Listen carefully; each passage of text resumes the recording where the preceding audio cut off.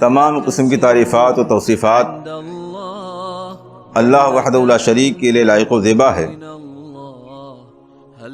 جو ہم سب کا اور ساری کائنات کا خالق و مالک، رازق و پالنہار، معبود و مربی، اور اس پوری کائنات کے نظام کو تنہا چلانے والا ہے۔ اللہ رب العالمین کی حمد و ثنا کے بعد بے شمار رحمتیں، برکتیں، نوازشیں و درود و سلام نازل ہوں اس کے تمام انبیاء اور رسول پر، خاص طور سے ہمارے اور آپ کے نبی و رسول جناب محمد رسول اللہ صلی اللہ علیہ وسلم پر، آپ کے آل و اصحاب، آپ کے ازواج مطہرات اور قیامت تک صحیح معنوں میں آپ کی اتباع کرنے والے لوگوں پر، آمین۔ محترم سامعین، آج کے اس خطبہ جمعہ میں قرآن و حدیث کی روشنی میں مسجد کو آباد کرنے کی اہمیت اور فضیلت پر روشنی ڈالنے کی کوشش کی جائے گی۔ میں اس تعلق سے چند آیات اور احادیث آپ کے سامنے ذکر کرتا ہوں۔ اللہ رب العالمین سورہ توبہ آیت نمبر 18 میں فرماتا ہے، انما یعمر مساجد اللہ من آمن باللہ والیوم الآخر، یقیناً اللہ کی مسجدوں کو وہی لوگ آباد کرتے ہیں جو صحیح معنوں میں اللہ رب العالمین پر اور آخرت کے دن پر ایمان اور یقین رکھتے ہیں، وَأَقَامَ الصَّلَاةَ وَآتَى الزَّكَاةَ، اور جو صحیح معنوں میں نماز قائم کرنے والے اور زکوٰۃ کو ادا کرنے والے ہیں، وَلَمْ يَخْشَ إِلَّا اللَّهَ، اور جن کے دلوں میں اللہ رب العالمین کے علاوہ کسی اور کا خوف اور خشیت نہیں ہے، فَعَسَىٰ أُولَٰئِكَ أَن يَكُونُوا مِنَ الْمُهْتَدِينَ، تو یقیناً یہی وہ لوگ ہیں جو ہدایت حاصل کرنے والے، ہدایت پانے والے ہیں۔ حافظ ابن کثیر رحمہ اللہ نے اس آیت کریمہ کی تفسیر میں لکھا ہے کہ اللہ رب العالمین نے اس آیت کریمہ میں ان لوگوں کے مومن ہونے کی، صاحب ایمان ہونے کی گواہی دی ہے جو اللہ کے گھر کو آباد کرنے والے ہیں، کیونکہ اللہ رب العالمین نے فرمایا انما یعمر مساجد اللہ من آمن باللہ والیوم الآخر، اللہ کے گھر کو صرف وہی لوگ آباد کرتے ہیں جو صحیح معنوں میں اللہ پر ایمان رکھتے ہیں، آخرت کے دن پر ایمان رکھتے ہیں۔ اس کا الٹا مفہوم یہ ہوا کہ وہ لوگ جو اللہ کے گھر کو آباد کرنے والے نہیں ہیں، وہ اگرچہ اللہ پر ایمان کا دعویٰ کریں، آخرت کے دن پر ایمان کا دعویٰ کریں، نماز قائم کرنے کا دعویٰ کریں، زکوٰۃ کی ادائیگی کا دعویٰ کریں، صرف اللہ سے ڈرنے کا دعویٰ کریں، یہ سارے دعوے جھوٹے اور فریب ہیں، اس لیے کہ اس دعوے کی جو تصدیق ہے وہ اللہ کے گھر کو آباد کرنا ہے، وہ تصدیق نہیں پائی جا رہی، صرف دعویٰ پایا جا رہا، دلیل موجود نہیں ہے۔ تو ابن کثیر رحمہ اللہ کہہ رہے ہیں کہ اللہ رب العالمین نے اس آیت کریمہ میں ان لوگوں کو ایمان کی گواہی دی ہے جو صحیح معنوں میں اللہ کے گھر کو آباد کرنے والے ہیں۔ اور اسی لیے آپ دیکھیے اللہ کے رسول صلی اللہ علیہ وسلم ارشاد فرماتے ہیں، اذا رأيتم الرجل يعتاد المسجد فاشهدوا له بالایمان، جب آپ کسی آدمی کو دیکھیے کہ وہ مسجد میں آنے جانے کا عادی ہے، وہ نماز کی پابندی کے لیے مسجدوں میں آتا جاتا ہے، تو ایسے آدمی کے ایمان کی گواہی دو۔ وہ آدمی مومن ہے، اس کے ایمان کی گواہی دو جب وہ نماز کا پابند ہو جائے، مسجدوں میں آنے جانے کا پابند ہو جائے۔ مسجدوں کو آباد کرنے کا مطلب کیا ہے؟ مفسرین نے اس سلسلے میں لکھا ہے کہ مسجد کو آباد کرنے کا ایک مطلب تو یہ ہے کہ مسجد کو ظاہری طور پر آباد کیا جائے، یعنی مسجد تعمیر کی جائے، اس کی صفائی ستھرائی کا خیال رکھا جائے، اس کی تعظیم کی جائے، اس کا ادب کیا جائے، اس کے اندر کوئی لغو، کوئی بیہودہ، کوئی بیکار کام نہ کیا جائے۔ اور اس سے زیادہ مسجد کو آباد کرنے کا مطلب یہ ہے کہ مسجد کے اندر 5 وقتہ نمازوں کی باجماعت پابندی کی جائے۔ اگر کوئی آدمی مسجد کی ظاہری آبادی کا اہتمام کرتا ہے اور نماز قائم نہیں کرتا ہے، وہ مسجد کو تعمیر کرنے والا، مسجد کو آباد کرنے والا نہیں ہو سکتا ہے۔ معلوم یہ ہوا کہ مسجد کو آباد کرنا ہمارے ایمان سے جڑا ہوا حصہ ہے. ہمارے ایمان میں اور مسجد کے آباد کرنے میں بہت گہرا رابطہ ہے. ایمان اگر ہے صحیح معنوں میں تو آدمی اللہ رب العالمین کے گھر کو آباد کرنے والا ہوگا. اگر آباد کرنے والا نہیں ہے تو یہ اس بات کی دلیل ہے کہ وہ اپنے ایمان کے دعوے میں جھوٹا ہے, سچا نہیں ہو سکتا ہے. اسی طرح اللہ رب العالمین سورہ بقرہ آیت نمبر 114 میں فرماتا ہے وَمَنْ أَظْلَمُ مِمَّنْ مَنَعَ مَسَاجِدَ اللَّهِ أَنْ يُذْكَرَ فِيهَا اسْمُهُ وَسَعَىٰ فِي خَرَابِهَا. اس شخص سے بڑھ کر ظالم کون ہو سکتا ہے جو لوگوں کو اللہ کے گھر میں نماز ادا کرنے سے روکے. بہت مرتبہ آیت کریمہ ہم پڑھتے ہیں غیروں پر فٹ کرنے کے لیے. یہ بھول جاتے ہیں کہ یہ آیت کریمہ جس طرح دوسروں پر فٹ ہو رہی ہے, جو مسجد کے دروازوں کو ہمارے اوپر بند کر رہے ہیں, ایسے خود ہمارے اوپر بھی فٹ ہو رہی ہے. وَمَنْ أَظْلَمُ مِمَّنْ مَنَعَ مَسَاجِدَ اللَّهِ أَنْ يُذْكَرَ فِيهَا اسْمُهُ.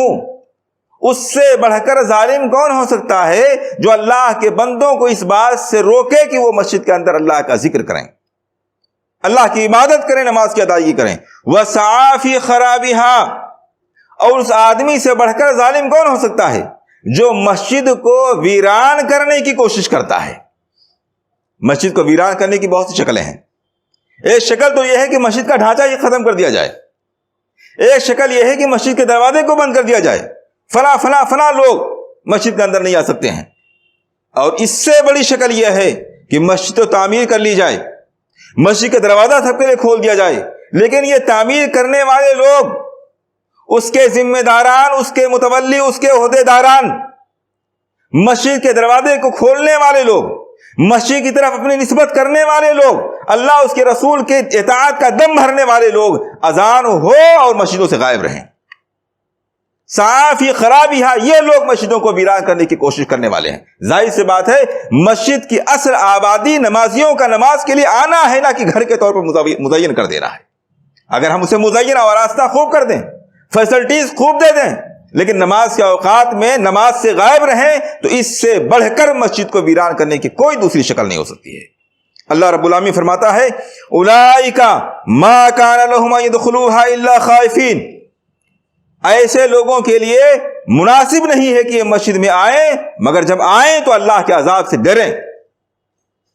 خطرہ ہے کہ ایسے لوگوں پر اللہ کا عذاب نہ آ جائے. یہ مسجدوں کو ویران کرنے والے لوگ ہیں.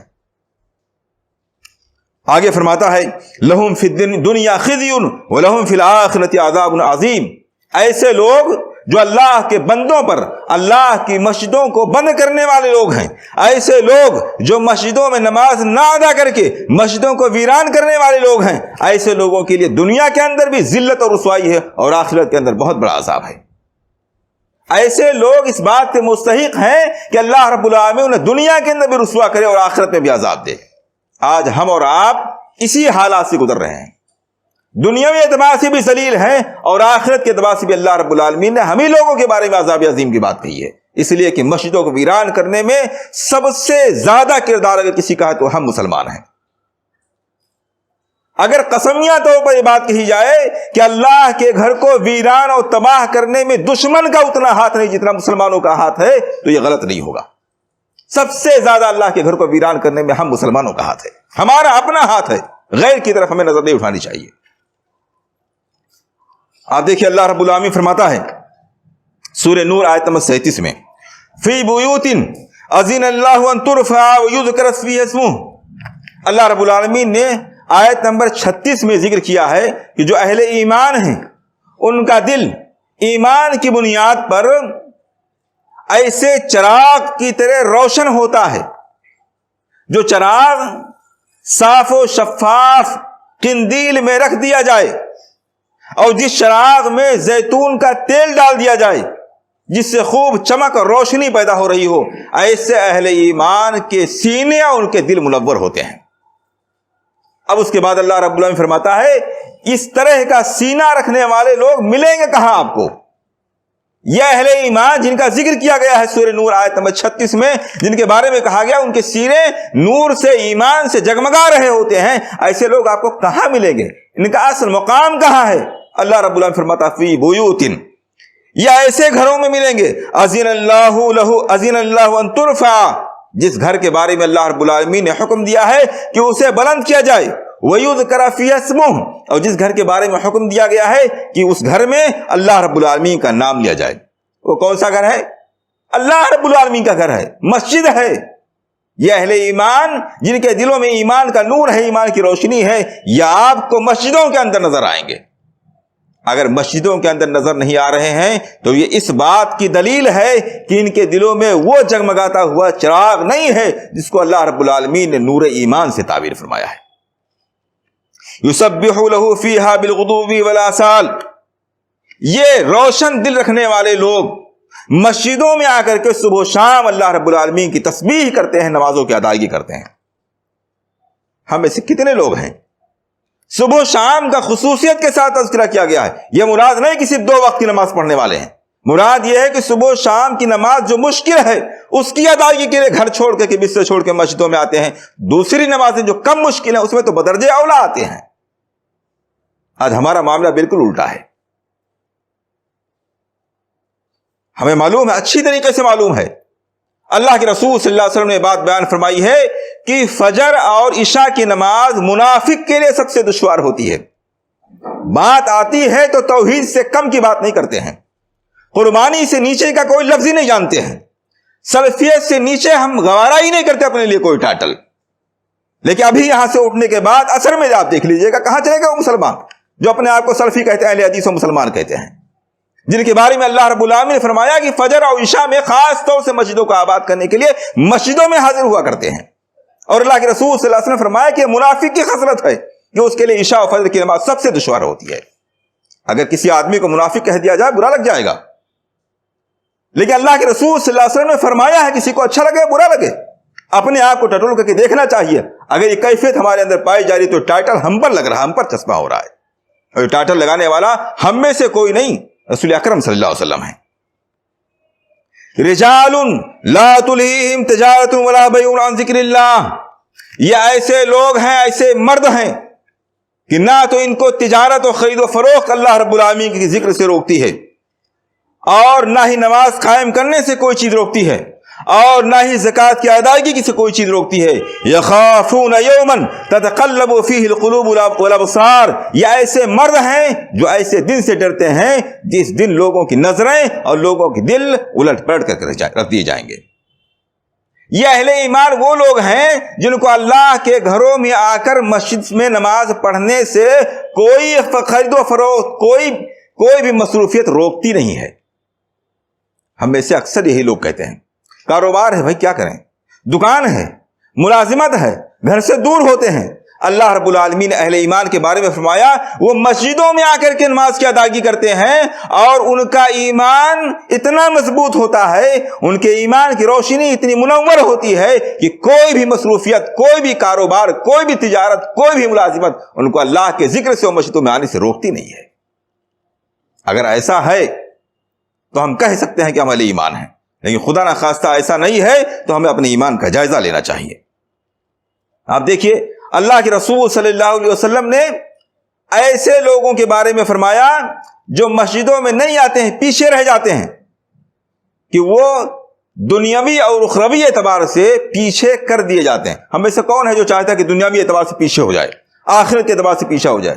دنیا کے لیے جی جہان جان مال سارا 24 گھنٹہ لگانے کے لیے تیار، آگے بڑھنے کے لیے۔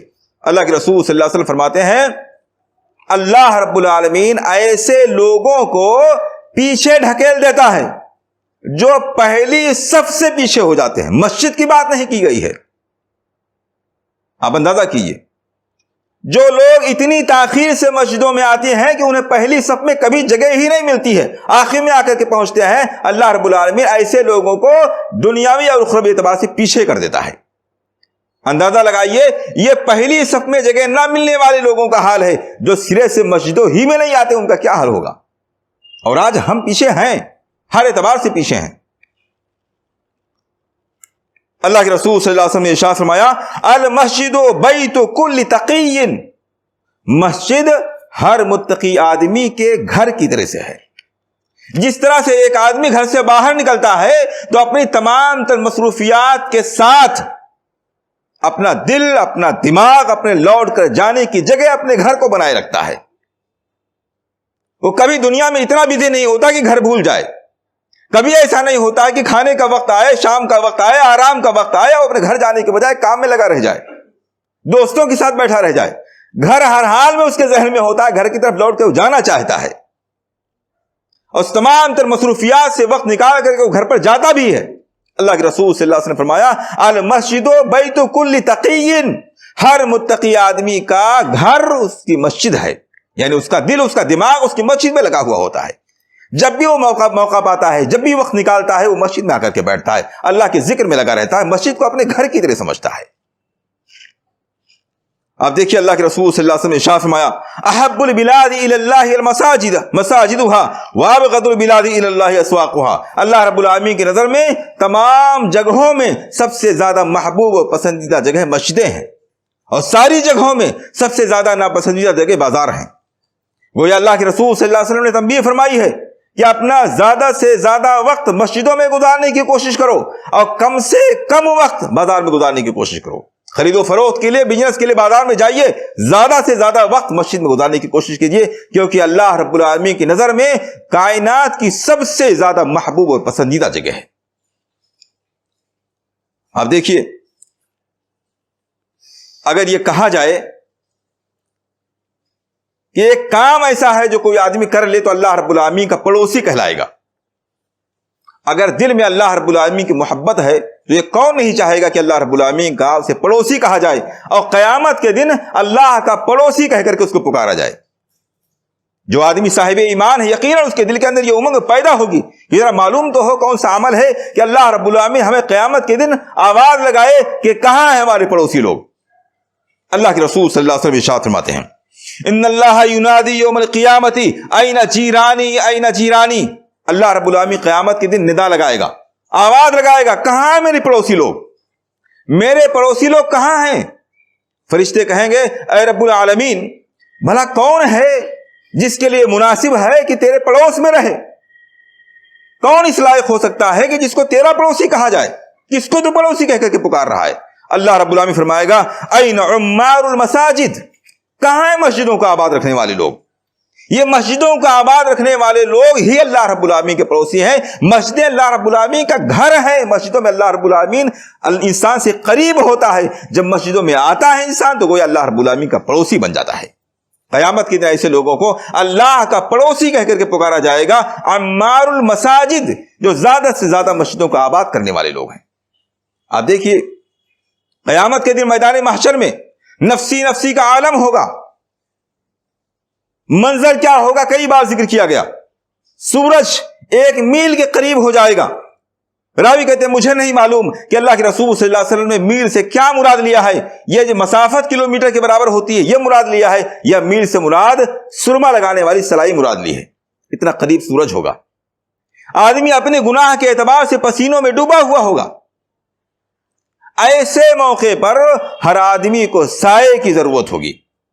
اللہ کے رسول صلی اللہ علیہ وسلم فرماتے ہیں 7 قسم کے لوگ ایسے ہوں گے جن کو اللہ رب العالمین خصوصی طور پر اپنے عرش کے سائے میں میدان محشر میں جگہ دے گا.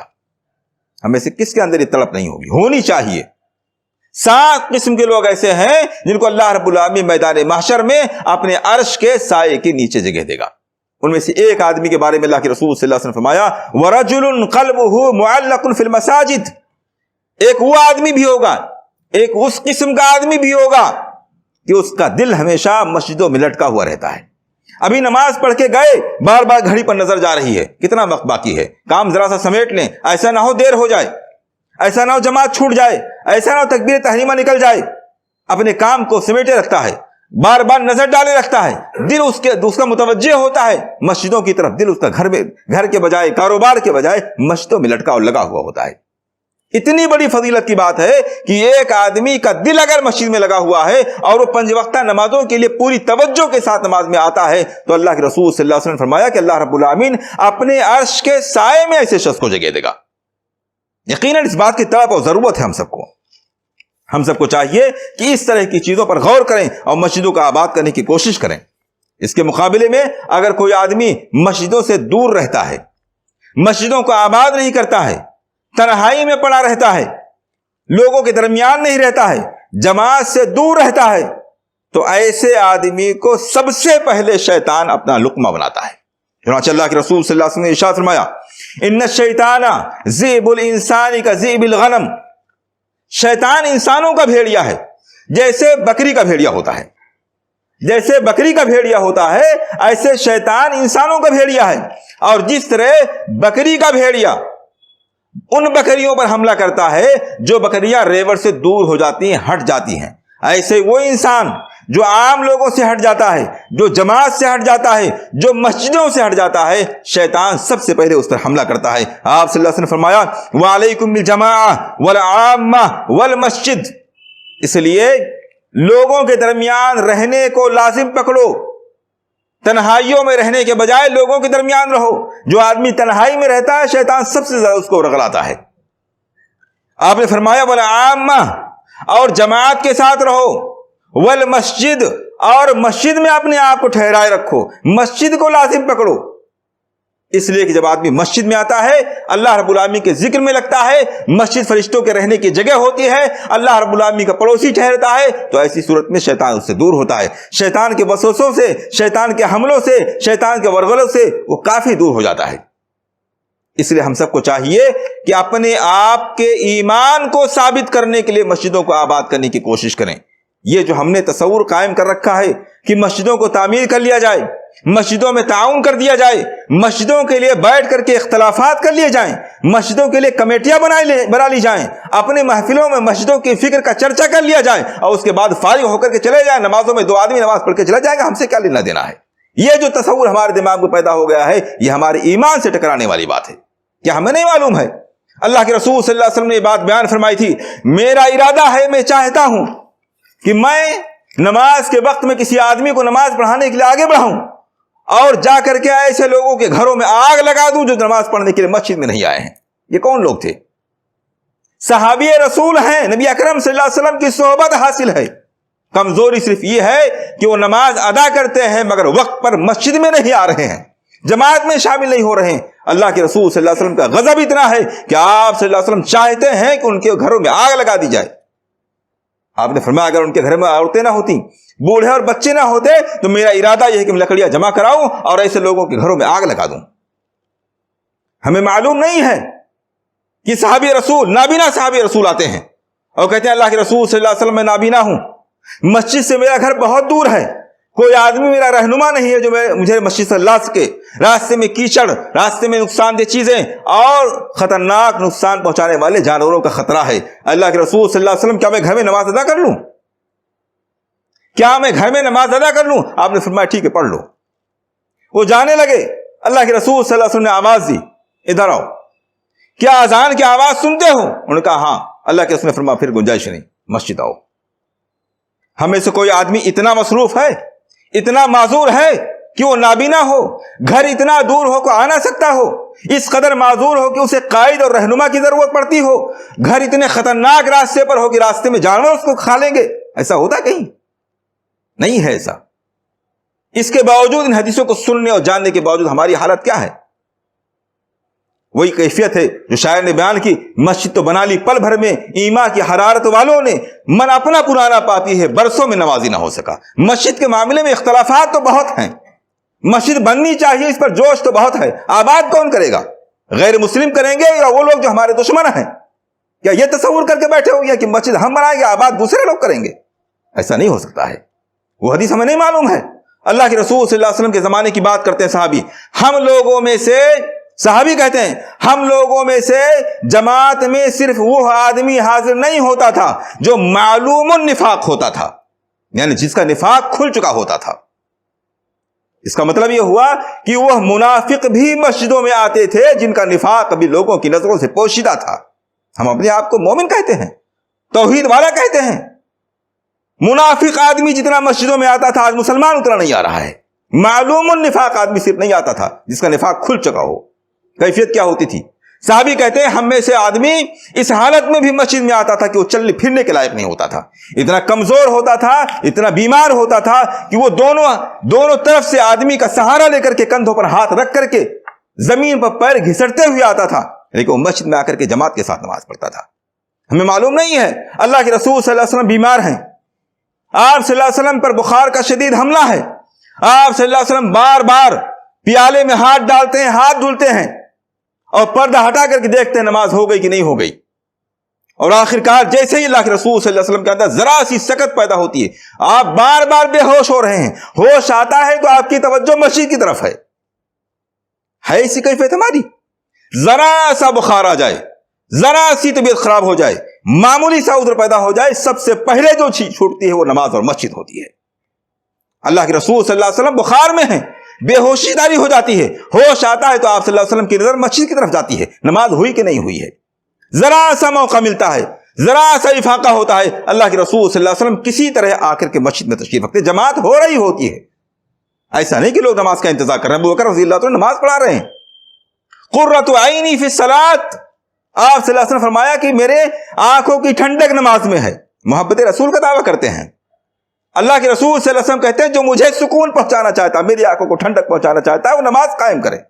ہمیں نہیں معلوم ہے حضرت عبداللہ بن مسعود رضی اللہ تعالیٰ کا قول جو کئی بار آپ کے سامنے ذکر کیا گیا کہ نمازیں وہاں پڑھنے کے لیے آؤ جہاں سے نمازوں کے لیے بلایا جاتا ہے. اگر ان جگہوں کو یعنی مسجدوں کو چھوڑ کر کے گھروں میں نماز پڑھ لو گے تو مجھے یقین ہے کہ تم لوگ گمراہ ہو جاؤ گے. مسجدوں کو چھوڑ کر گھروں میں نماز پڑھنا صحابی رسول کی نظر میں گمراہی کا ذریعہ ہے. آج ہم اور آپ کیا کہتے ہیں, مصروف بہت ہیں, ذرا فارغ ہو لے گے تو آئیں گے. وہ کیا کرے, ہمیں دکان میں بہت بزی ہونا پڑتا ہے, دکان اس ٹائم کھلی ہوئی ہوتی ہے, ملازمت کا معاملہ ہے. جامع ترمذی کی روایت ہے, اللہ کے رسول صلی اللہ علیہ وسلم فرماتے ہیں کہ اللہ رب العالمین فرماتا ہے, یعنی حدیث قدسی ہے, اللہ رب العالمین فرماتا ہے یا بنا آدم تفرغ لعبادتی, اے آدم کے بیٹے, اے انسانوں, میری عبادت کے لیے خود کو فارغ کرو. ایسا نہیں فرصت ملے گی تو پڑھ لیں گے, فارغ کرو اپنے آپ کو, وقت نکالو اپنا. ملازمت ہے تو پہلے سے طے کیجئے, کاروبار ہے تو اس کا وقت سیٹ کیجئے, آپ تعلیم حاصل کر رہے ہیں تو پہلے سے اس کی سیٹنگ کیجئے, آپ معلم ہیں, ٹیچر ہیں تو پہلے سے اس کا معاملہ طے کیجئے. جیسے بھی حالات ہوں, اللہ رب العالمین فرماتا ہے یا بنا آدم تفرغ لعبادتی, اے آدم کے بیٹے میری عبادت کے لیے اپنا وقت خالی کر. یہ مت کہے کہ فرصت کے اوقات میں پڑھ لیں گے, خود کو خالی کر. فائدہ کیا ہوگا؟ املا صدرک غنن, میں تیرے سینے کو مالداری سے, بے نیازی سے, غنا سے بھر دوں گا. پیسہ ہو یا نہ ہو, دولت ہو یا نہ ہو, تیرے سینے کے اندر مالداری موجود رہے گی. اپنے دل کے اندر غربت کی کیفیت نہیں محسوس کرو گے, تنگی کی کیفیت نہیں محسوس کرو گے, مال کی حرص کی کیفیت نہیں محسوس کرو گے. املا صدرک غنن واسد حاجتک, اور تیری ساری ضرورتیں میں پوری کروں گا. اللہ رب العالمین گارنٹی دے رہا ہے. اپنے وقت کو میری عبادت کے لیے فارغ کر لو, میں تمہارے سینے میں مالداری, بے نیازی بھر دوں گا اور تمہاری ساری ضرورتیں میں پوری کروں گا. وَإِلَّا تَفْعَلْ, اور اگر ایسا نہیں کرو گے, املا یدیک شغلا, میں تمہارے دونوں ہاتھوں کو کام سے بھر دوں گا. دن رات کام میں لگے رہیں گے, دن رات کام, بہت بزی, بہت مصروف. آج ہماری کیفیت یہی ہے, ہر آدمی دن رات مصروف ہے, کام سے فرصت نہیں اس کو, اور صرف یہ شکایت ہے بہت بزی رہتے ہیں, بڑی مصروفیت ہے, وقت نہیں نکل پاتا ہے. یہ اللہ رب العالمین کی طرف سے عذاب ہے, اپنے وقت کو اللہ کی عبادت کے لیے خالی نہ کرنے کی وجہ سے. عمل یدیک شغلا, اللہ رب العالمین فرماتا ہے میں تمہارے ہاتھوں کو کام سے بھر دوں گا. ولم اسد حاجتک, اور پھر تمہاری کوئی ضرورت پوری نہیں کروں گا, کوئی ضرورت پوری نہیں کروں گا. ہم اور آپ یہ سمجھتے ہیں کہ دنیا حاصل کرنا اسلام نے جائز قرار دیا ہے, اس کا مطلب یہ ہے کہ ہم دن رات دنیا کمانے میں لگے رہیں. اللہ رب العالمین نے جہاں ایک طرف دنیا کمانے کا حکم دیا ہے, وہیں دوسری طرف رزق کی, دنیا کی گارنٹی اپنے ذمے لے لی ہے. وما من دابۃ فی الارض ولا فی السماء الا علی اللہ رزقها, آسمانوں میں, زمینوں میں جتنے بھی جاندار ہیں, اللہ رب العالمین نے ان کی روزی اپنے ذمہ لے لی ہے. کس کو کتنی روزی دینی ہے, کب دینی ہے, کیسے دینی ہے, اللہ رب العالمین نے اپنے ذمہ لے لی ہے. اس کا تعلق ہماری محنت سے ہے ہی نہیں, ہمارے کاروبار سے ہے ہی نہیں. اگر ایسا ہوتا تو مزدور سب سے زیادہ مالدار ہوتا, وہ سب سے زیادہ وقت دیتا ہے, سب سے زیادہ محنت کرتا ہے. پڑھا لکھا آدمی جو صرف سائن کر دیا کرتا ہے وہ سب سے زیادہ غریب ہوتا ہے, وہ سب سے کم محنت کرتا ہے. ایسا نہیں ہے. اللہ رب العالمین نے رزق کی گارنٹی خود لی ہے, اس کی ذمہ داری اس نے خود لی ہے. ہماری ذمہ داری اپنی یہ ہے کہ اللہ رب العالمین کی عبادت کے لیے اپنے اوقات کو فارغ کریں, صلہ رحمی کے لیے اپنے اوقات کو فارغ کریں, اپنے بیوی بچوں کے لیے اپنے وقت کو فارغ کریں, اپنے جسم کے لیے اپنے وقت کو فارغ کریں. اب اس کے بعد جو وقت بچتا ہے اس میں اللہ رب العالمین کے رضا کے لیے حلال طریقے سے روزی حاصل کرنے کی محنت کریں. عبادت کے لیے وقت فارغ کرنے کے بعد, صلہ رحمی کے لیے وقت فارغ کرنے کے بعد, بیوی بچوں کے لیے وقت فارغ کرنے کے بعد, اپنے جسم کو آرام پہنچانے کا وقت فارغ کرنے کے بعد اب جو وقت بچتا ہے اس میں ہم مال حاصل کر سکتے ہیں, اور مال اب بھی اتنا ہی مل رہا ہے جتنا 24 گھنٹہ محنت کرنے کے بعد حاصل ہو سکتا ہے. تو یہ جو ہمارے دماغ میں تصور بیٹھ گیا ہے کہ گراہک آ گیا کیا کریں, ملازمت ہے کیا کریں, کاروبار و مصروفیت ہے کیا کریں, یقین مانیے اگر یہ تصور ہمارے دماغ میں یقین کی شکل میں بیٹھ گیا ہے تو یہ ایمان بالقدر کے خلاف ہے. اس کا مطلب یہ ہوا کہ ہمارا تقدیر پر ایمان ہی نہیں. ہم یہ سمجھتے ہیں کاروبار ہم کو روزی دے رہی ہے, ہم یہ سمجھتے ہیں کہ زیادہ دیر تک دکان کھولنے سے زیادہ روزی مل جایا کرتی ہے, ہم یہ سمجھتے ہیں کہ زیادہ دیر تک بچوں کو پڑھا لینے سے زیادہ روزی مل جائے گی, زیادہ دیر تک محنت کرنے سے زیادہ روزی مل جائے گی. اس کا مطلب یہ ہو کہ ہمیں ایمان بالقدر ہے ہی نہیں, تقدیر پر ایمان ہی نہیں. حالانکہ ساری تفصیلات تقدیر میں لوح محفوظ میں لکھی ہوئی ہیں. جف القلم, قلم خشک ہو چکا, اس میں تبدیلی کی کوئی گنجائش نہیں. یہ باتیں میں رسمی طور پر آپ کے سامنے نہیں ذکر کر رہا ہوں, میں اپنے دل کا درد گویا آپ کے سامنے ذکر کرنا چاہتا ہوں. آئے دن کی یہ کیفیت ہے, آئے دن کی 5 وقتہ نمازوں کی یہ کیفیت ہے, 2 لوگ سے لے کر کے 4 لوگ تک. ابھی فجر میں اللہ رب العالمین توفیق دے لوگوں کو, صرف مؤذن و امام 2 لوگوں نے جماعت شروع کی, وہ بھی جماعت 6 منٹ کے بعد. 6 منٹ مزید انتظار کرنے کے بعد نماز صرف امام اور مؤذن نے شروع کی ہے. ہمیں سے کتنے ایسے لوگ ہیں جن کا گھر مشکل سے 2-3 منٹ کی دوری پر ہے. اگر 5 منٹ کی دوری والوں لوگوں کے لیا جائے تو ایک سب سے اوپر کے لوگ آ سکتے ہیں. رات اتنی لمبی ہوتی ہے, ساری چیزوں کے لیے وقت ہے ہمارے پاس. اگر وقت کسی چیز کے لیے نہیں ہے تو اپنے لیے نہیں ہے, اپنی آخرت کے لیے نہیں ہے, اللہ کی عبادت کے لیے نہیں ہے, مسجدوں کا آباد کرنے کے لیے نہیں ہے. ہم سب کی ذمہ داری ہے, ایمان کے اعتبار سے بھی, اخلاق کے اعتبار سے بھی, جماعتی اعتبار سے بھی, کہ جب ہم نے مسجد تعمیر کی ہے تو مسجد آباد ہم ہی لوگ کریں گے, غیر سے مسجد کا آباد کرنے کی توقع نہ رکھیں. اور یقین مانیے اگر ہم اللہ کے گھر کو ویران کریں گے تو اللہ رب العالمین ہمیں بھی ویران کر سکتا ہے. وہ قادر مطلق ہے.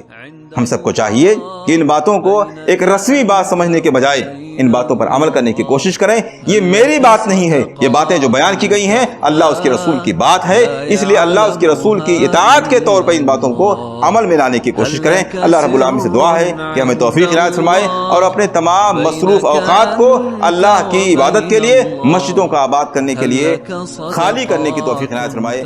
آمین. وآخر دعوانا لا يعلمها إلا الله. قصص